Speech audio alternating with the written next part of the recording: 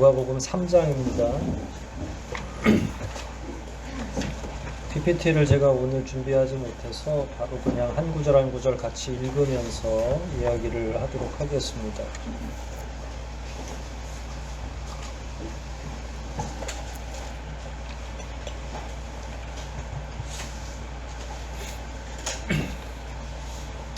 오늘은 일단 11절까지를 읽고 시작하도록 하겠습니다. 1절부터 11절까지를 먼저 같이 교독하고 공부를 시작하도록 하겠습니다. 누가복음 3장 1절부터 11절입니다. 한 절씩 교독하도록 하겠습니다. 제가 먼저 읽기 시작합니다. 로마의 티베리우스 황제가 다스린 지 15년째가 되던 해에 본디오 빌라도는 유대 총독으로 있었다. 그리고 헤롯은 갈릴리 지방의 왕으로, 그의 형제 빌립은 이두레와 드라고니 지방의 왕으로, 루사니아는 아빌레네 지방의 왕으로 있었으며, 안나스와 가야바는 대제사장으로 있었다. 사로 두루가 하나님의 말씀이 광야에 있는 사가랴의 아들 요한에게 들려왔다. 요한은 요단강 부근의 여러 지방을 다니며 죄를 용서받게 하려고 회개의 세례를 전파하였다. 이것은 예언자 이사야의 책에 기록된 말씀과 같다. 광야에서 어떤 사람이 외치는 소리가 들리더라. 너희는 주를 위해 길을 준비하라. 그의 길을 곱게 하라. 모든 골짜기가 메워지고 모든 산이 낮아질 것이며 굽은 길이 곧아지고 험한 길이 평평해지며 모든 사람이 하나님의 구원을 볼 것이다. 요한은 세례 받으러 나오는 사람들을 이렇게 꾸짖었다. 독사의 자식들아, 누가 너희더러 앞으로 내릴 하나님의 무서운 벌을 피하라고 했느냐. 너희는 진정으로 회개한다는 것을 보여줄 만한 바른 행동을 하라. 그리고 속으로라도 아브라함이 우리 조상이다라고 말하지 마라. 하나님께서는 이 돌들을 가지고도 아브라함의 동생이 되게 하실 수 있다. 도끼가 이미 나무 뿌리에 놓였으니 좋은 열매를 맺지 않는 나무는 다 찍혀 불에 던져질 것이다. 사람들이 요한에게 그렇다면 네가 어떻게 해야 되겠습니까? 같이 읽습니다.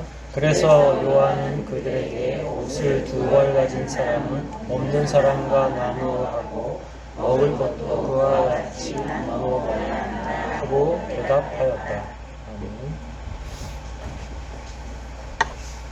예수님의 탄생과 관련한 내용이 꽤 오히려 다른 복음서보다 길게 기록이 돼 있었죠. 마테마가보다 요한은 완전히 다른 기록이고, 누가가 사실은 가장 길게, 그리고 사가랴의 아들 세례 요한의 탄생까지를 다루고 있어서 1장과 2장은 그 내용으로 전체가 다 이루어져 있고요. 그리고 타임슬립이 있죠. 시간이 확 뛰었어요. 지난주에 살폈던 52절까지, 2장 52절까지의 내용은 12~13살 요즘의 이야기였으니까 지금은 이제 30 정도 되는 나이가 된 거예요.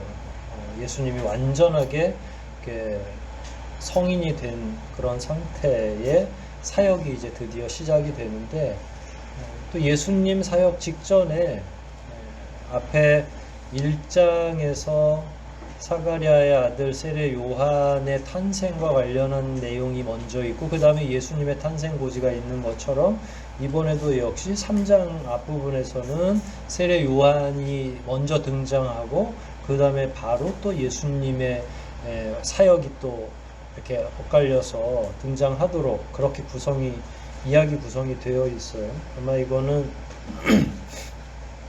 누가의 좋은 의도의 욕심 같아요. 그러니까 이게 어떤 내용을 넣고 어떤 내용을 뺄 것인가가 저자로서 굉장히 고민이 많았을 텐데, 누가 같은 경우는 성경을 2권을 기록했는데 특히 사도행전을 보통 저희들이 공부를 할 때는 성령행전이라고 보통 불러요. 그러니까 말 그대로 성령행전, 사도행전이면서 곧 성령행전이다 이렇게 이야기하죠. 그러면 그게 뭘 의미하는지는 대충 아시겠죠. 그만큼 성령의 능력이 엄청나게 폭발적으로 늘어나는 현장을 누가도 보고 있고, 그 면에 누가는 굉장히 집중을 하고 있는 거라서 이제 그런 열정, 그 성령의 능력뿐만 아니라 저자의 열정도 그 가운데 포함이 되어 있다고 저는 보거든요. 그럴 때 누가복음 앞부분을 누가는 좀 선한 욕심을 가지고 사람들에게 좀 더 자세하게 좀 알려줬으면 좋겠다라는 그 생각으로 1장, 2장, 3장 이렇게 해서 기록하고 있는 것은 아닐까 이렇게 생각이 되어집니다. 한 구절씩 좀 살펴볼게요. 다시 1절을 보면 1절 전체 내용을 쭉 2절도 포함하는데 일단 1절을 보면 사람 이름이 굉장히 많이 나오죠. 티베리우스 황제, 이거는 이제 굉장히 거시적인 이름이에요. 로마 전체 황제 이름이 나오고, 그 다음에 유대 총독 빌라도, 그리고 유대 지역을 다스리는 분봉왕인 헤롯, 그 다음에 그 갈릴리까지, 헤롯이 갈릴리를 다스리고 있고요. 이두레와 드라고니 지방은 그 빌립, 여기 이제 이두메 이 혈통이거든요. 이두메 왕조라고 보통 이야기하는데, 이 사람들이 지금 현재 로마와 결탁을 하고, 이 사람들은 말 그대로 친 로마 정책을 펴는 사람들이에요. 그러니까 멀리 보면, 더 길게 보면 뭐 아브라함의 자손 중에 하나다 이렇게 이야기할 수 있죠. 핏줄로 보면 에돔 사람이기도 하고요. 에돔은 누가 조상이죠? 에서의 후손이죠. 그렇기 때문에 에서, 에돔, 이두메 이게 쭉 연결이 되는 거예요. 하지만 사해 지역에서 에돔이 계속 살고 있을 때, 에돔 지방에서 살고 있을 때 이 사람들은 거의 이방인 취급을 당했어요. 그런데 유대 역사가 흘러오는 사이에 어느 순간에 이 사람들이 혁명 아닌 혁명같이 진행이 돼서 갑자기 왕조가 된 거예요. 그러니까 상상을 초월하는 일이 벌어진 거죠. 유대인들은 이 사람들을 이방인 취급했는데 오히려 유대인들을 다스리는 게 헤롯 왕조가 돼버린 거죠. 헤롯 왕조가 이두메 왕조라고 표현되고 있고요.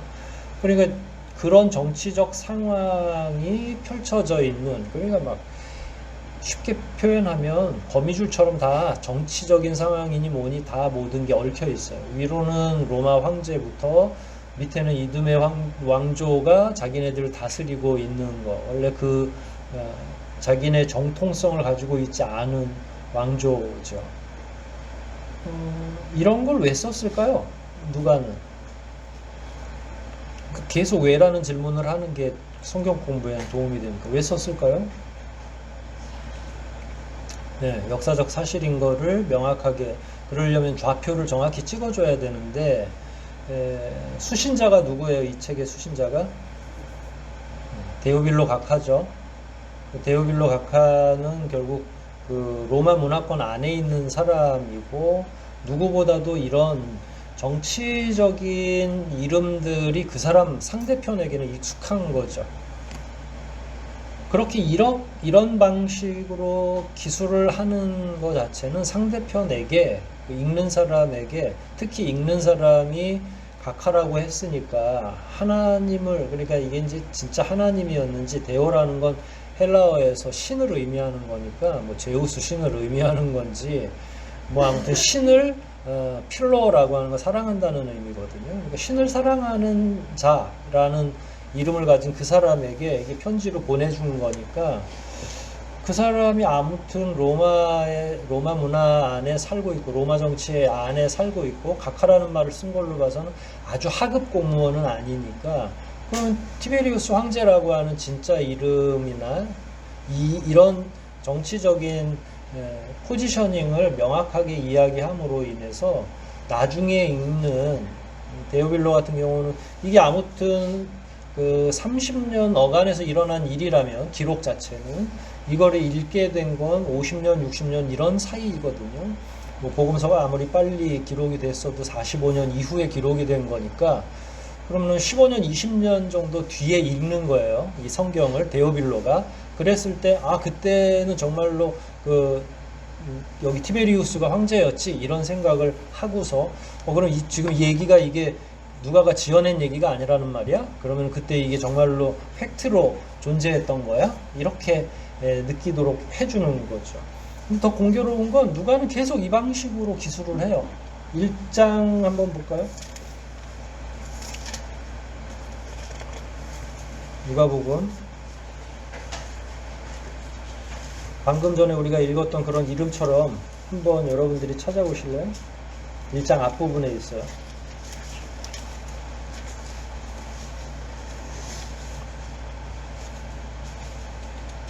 5절에 나오죠. 헤롯이 유대 왕으로 있을 때. 한번 더 볼까요? 2장 한번 볼게요. 계속 연표를 집어넣어요. 2장 1절 한번 볼까요? 예수님 태어날 때. 그 무렵 아우구스투스 황제가 로마 제국 전역에 인구조사를 하라는 명령을 내렸다. 이 인구조사는 구레뇨가 시리아의 총독으로 있을 때 처음으로 실시한 것이었다. 그러면 로마 역사를 쭉 연표만 짚어보면 데오빌로가 이 책을 읽으면서, 이 서신을 읽으면서 자기의 로마에 있던 역대 왕이나 혹은 총독들의 전표를 읽어보면 맞아요? 안 맞아요? 정확히 맞아 떨어지겠죠. 지금 누가는 계속 그 장장 넘어갈 때 역사적 전환이 있을 때마다 실제적으로 로마에 있었던 정치인 이름들이나 총독의 이름, 파견되었던 총독의 이름들을 명확하게 거론하고 있는 거죠. 다시 오늘로 오면 티베리우스 황제가 치세한 지 15년째 되던 해에 일어난 일인 거죠. 그래서 유대 전역을 누가 다스리고 있는지가 전부 나와 있고요. 그 다음에 이제 2절로 넘어가면 대제사장, 그러니까 유대인들의 종교적인 상황을 이야기하는데, 이 안나스나 가야바 같은 경우 제가 이 당시에 로마의 뭐 문서를 혹은 문헌을 읽었던 건 아닌데 이렇게 대놓고 써놨던 걸로 봐서는 이게 대제사장은 돌아가면서 하도록 되어 있고 굉장히 유명하거든요. 그런데다가 여기 나와 있는 이 두 사람 같은 경우는 엄청나게 악명이 높은 사람이에요. 그러면 충분히 서신을 통해서 그 로마 총독 입장에서는 지금 현재 그 유대를 다스리고 있는 종교 지도자는 안나스였고 또 다음엔 가야바고 이렇게 엇갈려서 대제사장을 하고 있는데 이 사람들은 아주 악명이 높은 사람들입니다. 뭐 이렇게 해서 전보나 편지를 통해서 로마에 얘기할 수는 있겠죠. 저는 충분히 개연성이 있는 일이라고 생각을 해요. 물론 이 글을 나중에 유대인들이 또 읽을 수도 있으니까 유대인들 같은 경우는 대제사장의 서열이나 족보는 정확하게 알고 있으니까 그 이름을 여기에다가 또 쓴 거죠. 안나스, 가야바 이런 사람들은 어느 정도 악명이 높은 사람일까요?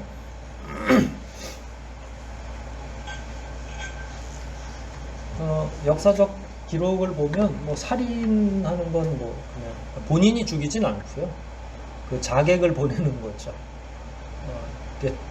대제사장은 그냥 오늘날로 보면 한국 기독교 총연합회 한기총 대표회장 뭐 이 정도 되는 거. 그 목사님의 우두머리, 목사님들의 회가 있다면 거기 우두머리 같은 존재인데 청부살인하고 그 다음에 예전에도 한번 말씀드린 것 같은데 성전에서 운영되고 있는 돈이나 이런 것들을 다 착복할 수 있는 참 말할 수 없이 놀라운 일이죠. 근데 이게 이때 끝났을까요? 아니면 요즘에도 가능할까요? 네. 요즘에도 가능해요. 어차피 뭐 대형교회 목사님이 제 설교 들을 일은 없으니까. 큰 교회, 특히 세습을 완료한 교회들은 뭐 그렇게 악한 짓은 하지 않더라도 거의 그에 준하는 자기 제국처럼, 그러니까 그 목회자의 자리를 자기 아들에게, 친인척에게 물려주겠죠.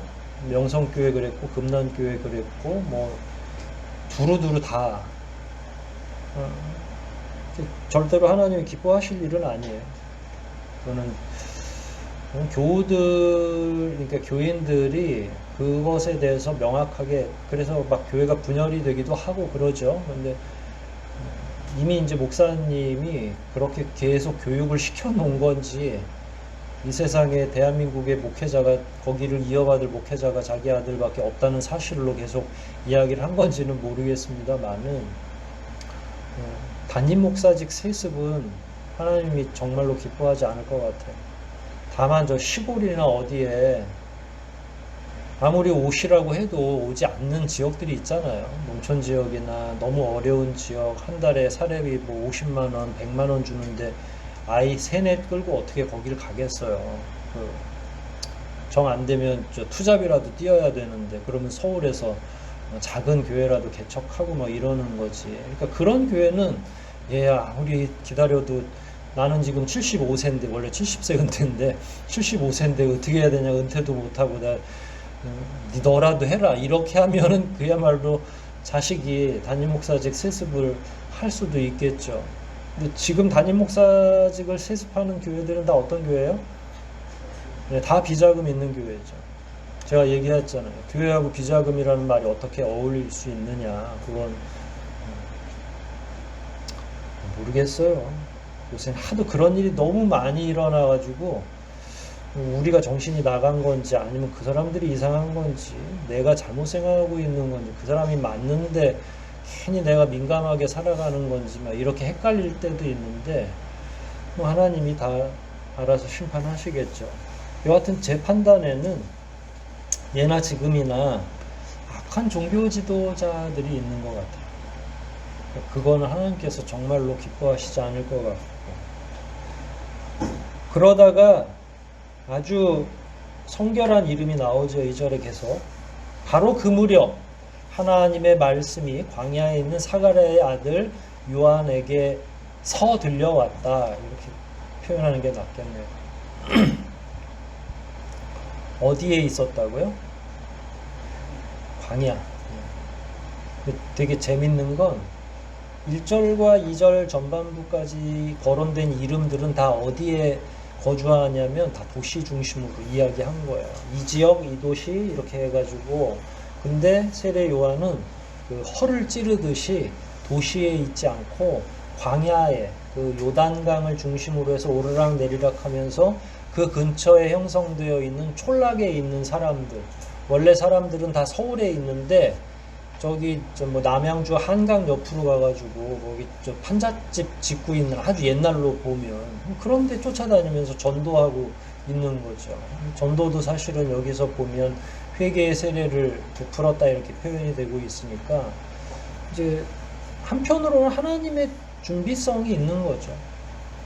방금 전에 제가 우리나라의 예를 쭉 들어왔지만, 그럼에도 불구하고 하나님은 또 여전히 남은 자를 만드실 거고, 어디선가는 되게 순진하게 목회 잘하고 있는 목사님들이 더 많으세요. 근데 이제 그런 큰 교회들이 대표성을 가지고 있는 거죠. 항상 이스라엘 백성들 가운데 하나님은 남은 자 7천을 만들어 놓으신 이치라면, 여기 1절과 2절에 나오는 이런 위대한 이름들 이면에는 보이지 않는 선한 이름들이 계속 하나님의 그 품 안에서 성장하고 또 키워지고 있었을 것이다. 세례 요한도 사람들은 깜짝 놀라겠죠. 갑자기 혜성처럼 등장한 것처럼 보이지만 이 세상에 혜성처럼 등장하는 사람은 없다. 다 하나님이 준비해 주시고 예비해 주신 거지. 다만 본인들이 보이지 않으니까 못 본 것이죠. 그래서 사람들은 이걸 혜성처럼 등장했다고 이해할 수는 있습니다만은, 세례 요한은 어린 시절 태중에서부터 하나님께서 예비하신 그런 사람인 거죠. 3절 같이 읽어볼게요. 요한은 시작.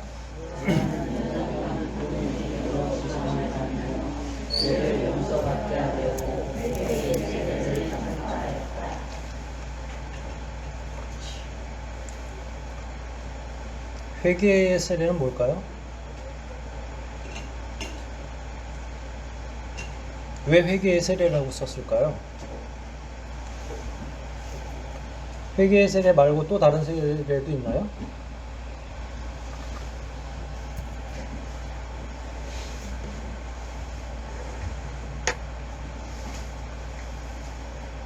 왜 분명히 성경에 나오는데 기억을 못 하시죠? 회개의 세례 말고 성령 세례가 있잖아요. 그 요한이 또 이야기하잖아요. 당신이 우리가 기다리는 그니까, 아니 나는 그게 아니요. 뒤에 오실 분은 불로, 성령의 불로 세례를 주시는 분이야. 그러니까 여기서 회개의 세례라고 하는 건 요한이 무엇을 강조했는지도 포함하는 의미이고, 동시에 아까 사도행전을 성령행전이라고 누가 기록했다고 그랬죠? 누가가 기록한 거잖아요. 그러면 성령의 세례라는 거를 하나의 이미 염두에 두고 있는 거예요. 그러면 회개를 위한 세례, 그거는 인간이 줄 수 있는 거예요. 그거는 만약에 그 뿌리로부터 내려온다면 오늘날 목회자도 그 세례를 주는 거죠. 물론 성령이 임하시기를 원하면서 세례를 주지만, 성부와 성자와 성령의 이름으로 세례를 주죠. 목사들도. 하지만 목사들이 이렇게 파악할 수 있는 건 그 사람의 입을 통해서 시인된 네, 예수를 구주로 믿습니다 뭐 등등 해서 4-5가지를 질문하고 이야기하는 그 정도. 근데 그게 회개를 통해서 나오는 말일 경우에 세례를 주는 거거든요. 그랬을 때 오늘날 목회자들도 그와 같은 방식으로 주는 세례 베푸는 건 회개의 세례인 거예요. 근데 성령의 세례는 인간이 어떻게 할 수가 없는 거죠. 성령의 세례는 뭘까요? 우리가 상상하고 있는 그런 거 있잖아요. 성령이 임해가지고 물론 성령이 임하면 그 첫 번째 단계로 회개가 올 수도 있죠. 당연히.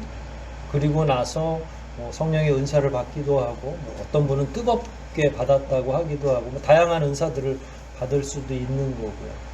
근데 그런 것들을 변별하기 위해서 누가는 의도적으로 성령의 세례 또 혹은 회개의 세례라고 하는 용어들로 이렇게 정리를 한 게 아닌가라고 생각이 돼요.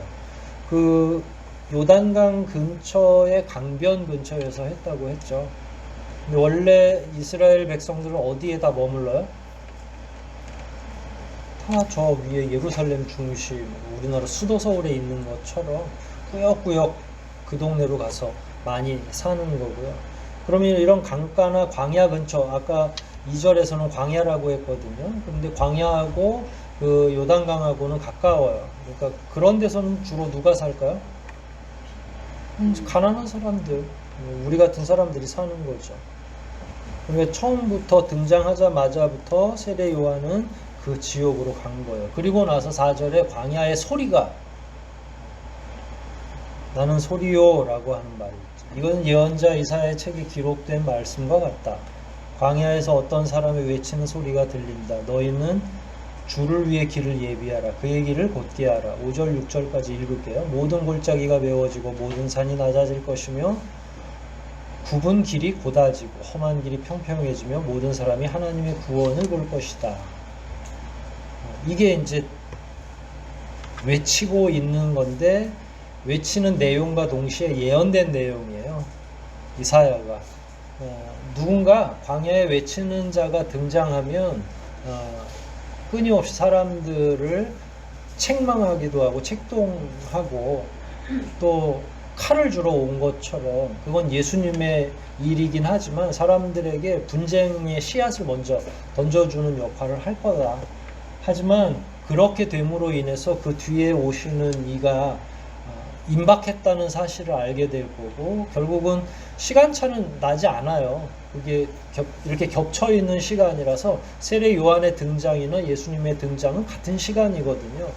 그러면 예수님이 등장하심으로 말미암아 5절 6절에 나와 있는 것처럼 그동안에 왜곡되어 있고 굽어있던 모든 내용들이 평평해질 것이고 구원을 실제로 목격하게 될 것이다 라는 게 5절 6절까지 내용인 거예요. 이건 이사야 40장 3절을 5절까지 인용된 거라고 거기에 각주로 표시되어 있죠.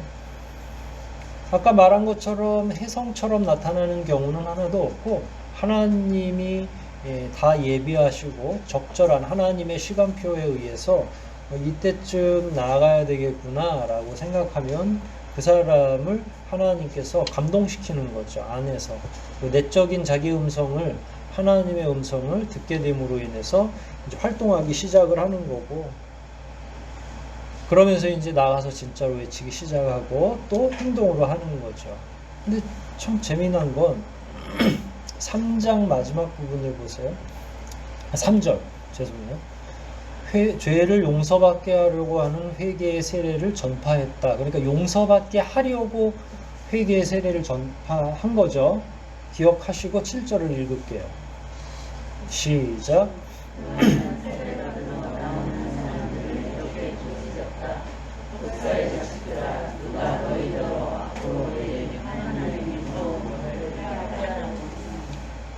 뭐죠? 조금 전에 3절에서 어떤 의도를 가지고 나가서 세례를 베풀고 이야기를 한 거예요? 회개로 용서받게 하려고 해놓고서 또 자기 앞에 오는 사람들한테는 7절에 뭐라고 얘기했어요? 독사의 자식들아, 이렇게 이야기하는 거죠. 이거를 이렇게 그 욕할머니들 있죠. 그러면은 그 욕할머니가 진짜 무슨 저주를 퍼붓는 게 아니라 정감 있게 하려고 하는 거예요. 그런데 사실 그럼에도 욕을 하면 안 되죠. 일단. 근데 여기서 나오는 건 그냥 반어법이에요. 근데 이렇게 해서 만약에 돌아가 버렸어. 자존심 상해가지고.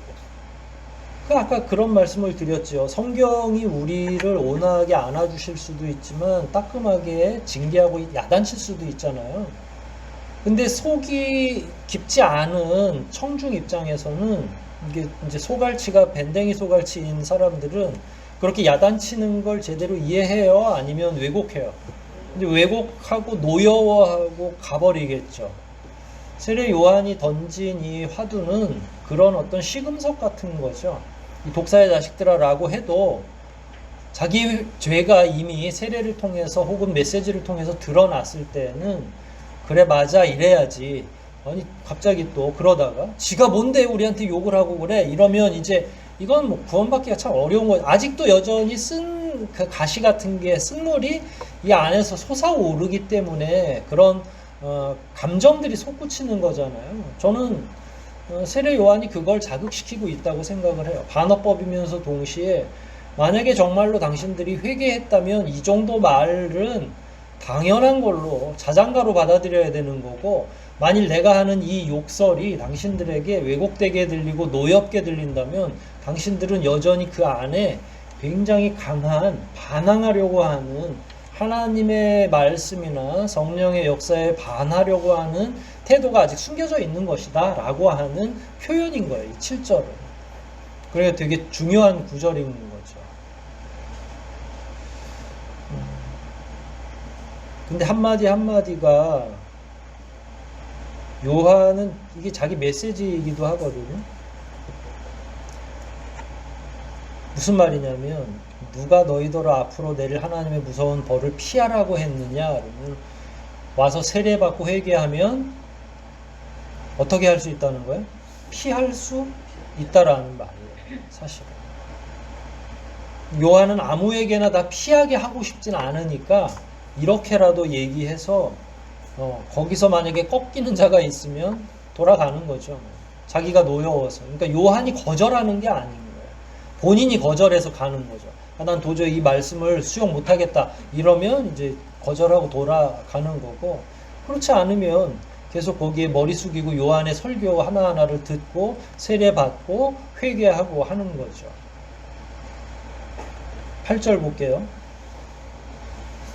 7절에서 회개해서 무서운 벌을 피할 수 있는 줄 알고 있느냐, 만약에 그러면 이제 이런 내용이 그 사이에 포함된 거예요. 7절과 8절에. 그렇다면 너희는 진정으로 회개했다는 것을 보여줄 만한 바른 행동을 하라. 그리고 오전에 우리 다루었던 내용이죠. 받은 은혜에 대한 감사의 행위를 하는 거, 성경을 실천하는 거, 이거. 그리고 속으로라도, 이거 이제 아무튼 8절 앞부분은 이해가 다 되시죠? 이해 안 될 게 없죠. 회개했으면 행동으로 보이라고 하는 거예요. 그리고 속으로는 아브라함이 우리 조상이다라고 말하지 마라. 속으로라도. 이게 무슨 말일까요? 그동안에는 이게 이제 구원론의 양차원인데요. 이스라엘 백성들은 아브라함의 후손이니까 자연스럽게 구원받는다고 착각을 하고 있는 거예요. 그래서 그동안 뭘 자꾸 얘기를 한 거예요? 말버릇으로. 여기 나와 있는 본문대로. 우리 조상은 아브라함, 우리는 아브라함의 후손이요. 이렇게 우리가 구원 못 받을 리 없어. 하지만 8절 앞부분에 있는 게 핵심이죠.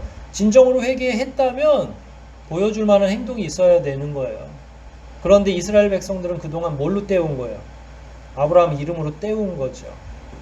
그래가지고 야박하게 세례 요한이 이야기하는 거예요. 그런 것까지도 아예 끊어내려고, 야, 하나님이 만일 하신다면 여기 이제 광야 지역이고 하니까 물가 근처고 하니까 자갈이나 돌이 얼마나 많았겠어요. 하나님이 만일 원하신다면 여기 있는 돌들로도 아브라함의 자손들을 만들어낼 수 있고, 아브라함인들 그렇게 못하겠어요?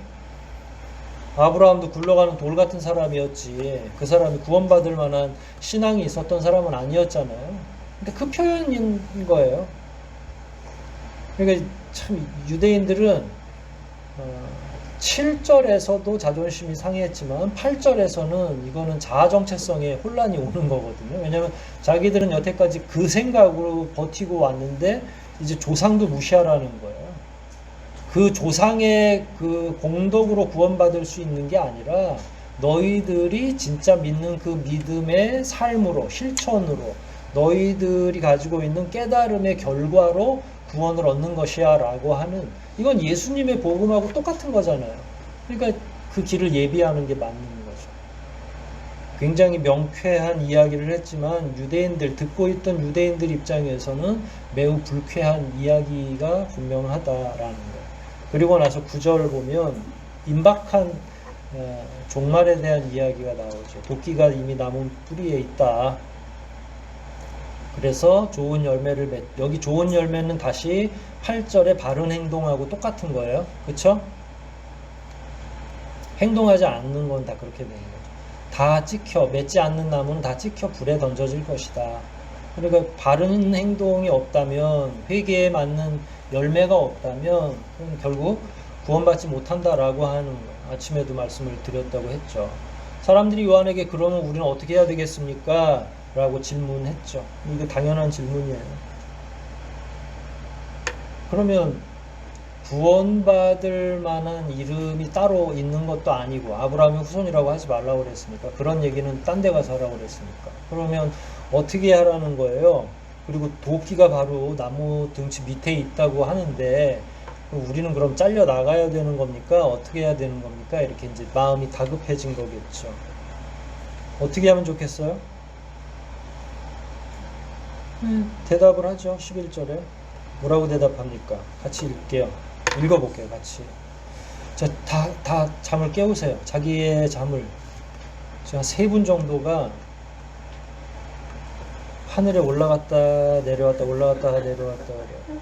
눈꺼풀이 지금 그렇게 왔다 갔다 하고 있어요. 그리고 또 안간힘을 쓰면서 저를 째려보기도 하고 막 그러는데요. 자, 깨웠어요? 11절. 잠자던 분들이 더 큰 소리로 읽을게요. 만약에 안 들리면 그분 내 불러서 읽힐 거예요. 11절 시작.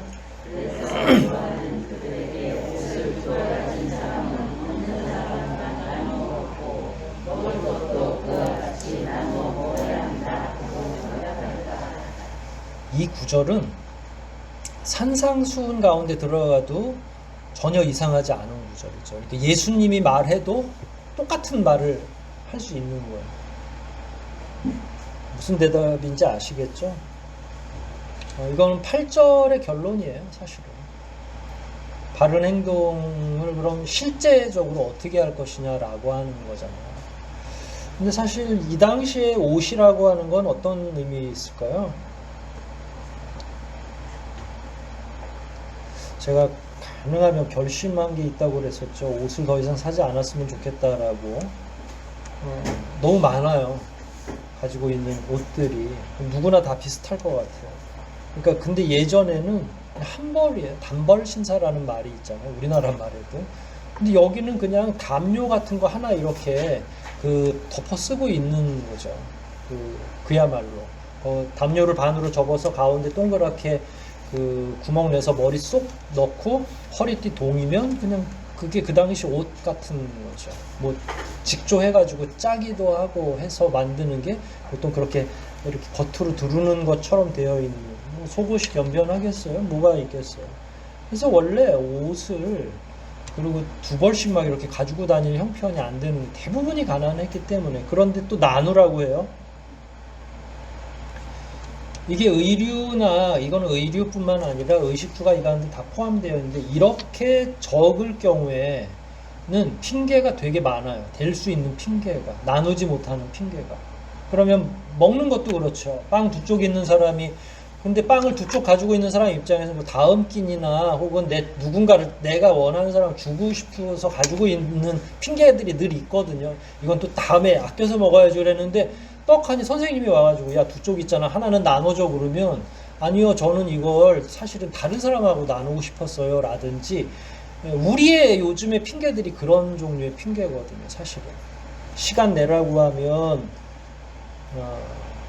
소도 사러 가야 되고 밭농사도 지어야 되고 뭐도 하고 물질 내라 그러면 이제 저는 거 흠 있는 걸 또 하나님께 내려고 하기도 하고 이게 과거에부터 지금까지 계속 유지되고 있는 긴장이에요.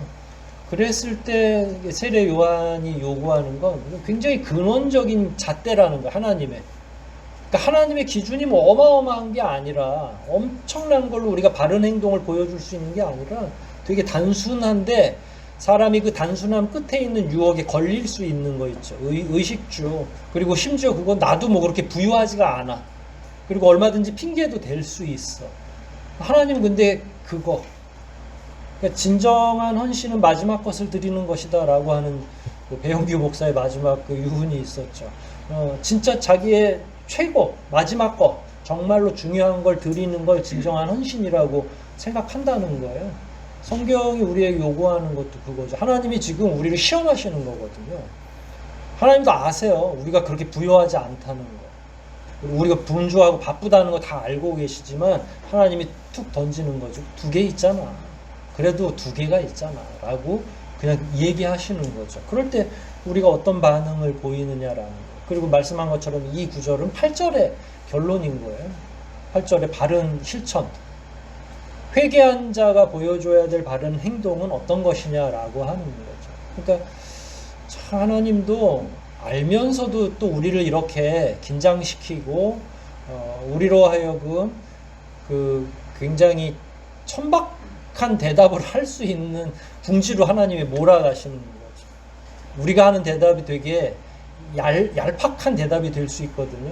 아니 뭐 이것도 해야 되는데 그럼 하나님 다 알고 있어 라고 하는. 근데 이제 여기에 나오는 결론은 아닌데 만일 우리가 성큼 냉큼 그 하나를 딱 나눠줬을 때는 어떤 결론이 생길까요? 여러분 그 빵 하나가 가져오는 그 굉장한 축복이 있을 수 있겠죠. 뭐 하나님이 나중에 그 사람 더 도와줬다 뭐 이런 것도 있을 수 있지만 저는 그 빵 한 조각이 옷 한 벌이 그 상대편에게 있어서 얼마나 그 따뜻한 안전과 보호가 되는 장치인지 당장 생명을 구할 수 있는 장치일 수도 있겠다는 생각도 들고 한편으로는 그걸 공여해주는 두 벌 있다가 한 벌 주는 사람이 가지고 있는 그 사고를 본받고 싶어 할 수도 있어요. 알고 봤더니 하나님을 믿는 사람이었어. 이런 스토리죠. 뭐. 물질은 혹은 우리가 가지고 있는 거는 그런 의미가 있는 거거든요. 나눌 때 그냥 물건만 가지 않아요. 그리고 받는 사람도 딱 받고 끝나지 않거든요. 거기에서 오는 그런 보이지 않는 다음 순서들이 있는 거고 그 다음에 좀 더 우화적으로 해석하자면 그렇게 해서 하나님이 그러면 두 벌 가지고 있는 사람 한 벌 다 옷 떨어지도록 아무것도 안 주시고 그 사람으로 하여금 더 피곤하게 한다 그러면 그건 하나님의 방식은 아니겠죠. 그건 공산주의 방식이에요. 그게. 그래서 약간 비슷해 보이죠. 공동체, 교회 공동체 안에서 이렇게 막 나누어 주고 공동 생산해서 공동 분배하는 것처럼 보여서 공산주의랑 비슷해 보이지만 그렇지 않아요. 우리는 공산주의는 하나님이 개입하지 않지만 우린 누가 개입하세요? 겉으로 볼 때는 공동체 생활이랑 비슷해 보이지만 우린 하나님이 개입하시죠. 그래서 한 사람이 두 개 가지고 있다 나누어주면 그 사람 더 풍요해질 수도 있는 늘 똑같이 나누어야 된다는 원칙은 아니니까. 우리는 본문을 이렇게 보면 참 하나님이 놀랍게 인도하시고 있고 말 한마디 한마디 속에 굉장히 깊은 내용들이 담겨져 있다는 걸 보게 되죠. 저는 우리 모두가 성경을 계속 그런 방식으로 읽어드려야만 자기 거가 되는 거죠. 물론 목사가 계속 보조를 해줄 거예요. 여러분들 옆에서. 그 다음 후임 목사님도 여러분들에게 열심히 설교해주고 열심히 성경 공부해주고, 하지만 정작 깨닫고 그대로 살아내는 건 우리 각자가 알아서 해야 될 부분이죠. 살아내는 것까지는 도와주지 못하니까 이제 말씀을 들었으면 그 다음에 실제로 하는 거죠. 여러분들이 아까 10절처럼 질문하는 거예요. 목회자에게. 그럼 우리는 어떻게 하면 좋겠어요? 그러면 제가 그렇게 대답한 거죠. 두 벌 있으면 하나씩 나눠주면 돼요. 그리고 아무것도 아닌 것처럼 그렇게 편하게 그냥 얘기하는 거죠. 남아있는 건 진짜로 그렇게 하느냐, 아니면 안 나누고 자기가 갖고 있느냐, 거기에서 다 갈리게 되는 거예요. 어떨지는 이제 집에 가셔서 말씀을 읽으면서 고민하시고, 뭐 우리 교인들이야 뭐 잘 나누시기도 하고 워낙에 또 우리가 가진 게 없는데, 근데 이 배경이 세례 요한이 부자들 모아놓고 세미나 연 게 아니라는 사실이에요. 여기 와 있는 사람들, 이 세미나에 참석한 모든 사람들이 다 우리하고 약간 비슷한 가난하고 없이 사는 사람들이라는 게 우리가 이제 건너야 될 강이 되는 거죠. 뭐 핑계 대려고 그랬더니 그 사람들도 가난하네 이렇게 되는 거예요. 여러분들이 가지고 있는 무엇이든지, 그게 시간이든 물질이든 여러분의 재능이든, 필요한 사람이 있으면 나누면서 사는 거, 그게 오늘 본문의 짧은 본문의 뭐 어떤 단순한 교훈이라고 할 수 있죠. 하지만 그 단순성이 항상 하나님이 우리를 바라보고 평가하시는 기준이라는 거, 그거 잊지 마시고 이번 한 주도 나누면서 더 많은 사람들에게 복음 증거하면서 살아가시기를 주의 이름으로 축원합니다. 말씀 생각하면서 기도하겠습니다.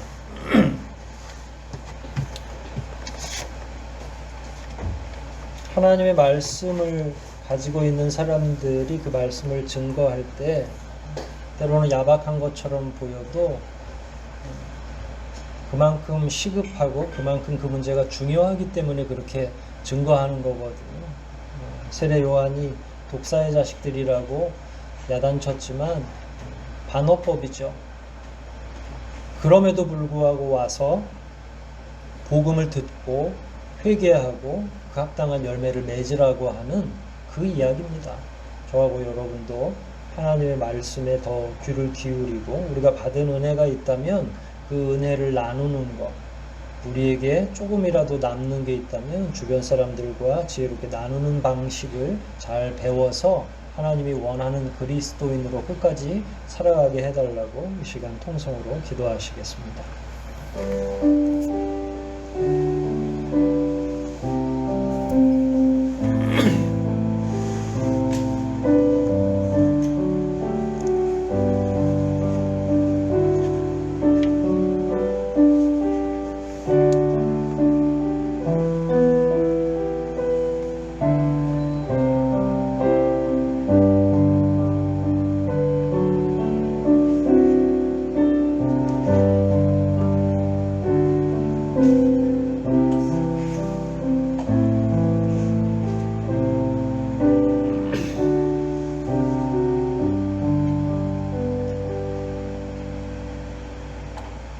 하나님 아버지,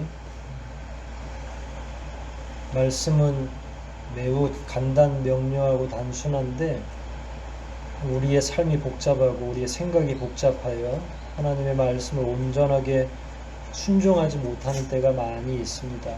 우리의 연약함을 다시 한번 용서해 주시고 한 부분이라도 하나님 말씀대로 살려고 하는 우리 성도들의 노력과 기도를 더 하나님께서 북돋워 주시고 받아주시고 칭찬해 주시기를 원합니다.